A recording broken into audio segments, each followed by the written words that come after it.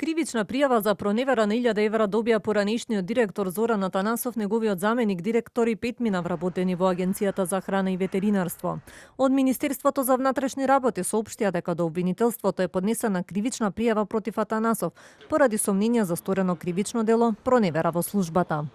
ЗА во својство на директор на Агенцијата за храна и ветеринарство во периодот од 2017 до 2020 година во повеќе наврати со намера противправно да прибави за себе парични средства кои му биле доверени во службата за службени патувања во странство на кои истиот присуствувал, примал дневници во висина од 50%, иако согласно уредба за изменување на уредбата за издатоците на службени патувања и службени патувања во странство, требало да прими само 20%, бидејќи трошоците за сместување и исхрана не паѓале на товар на институцијата.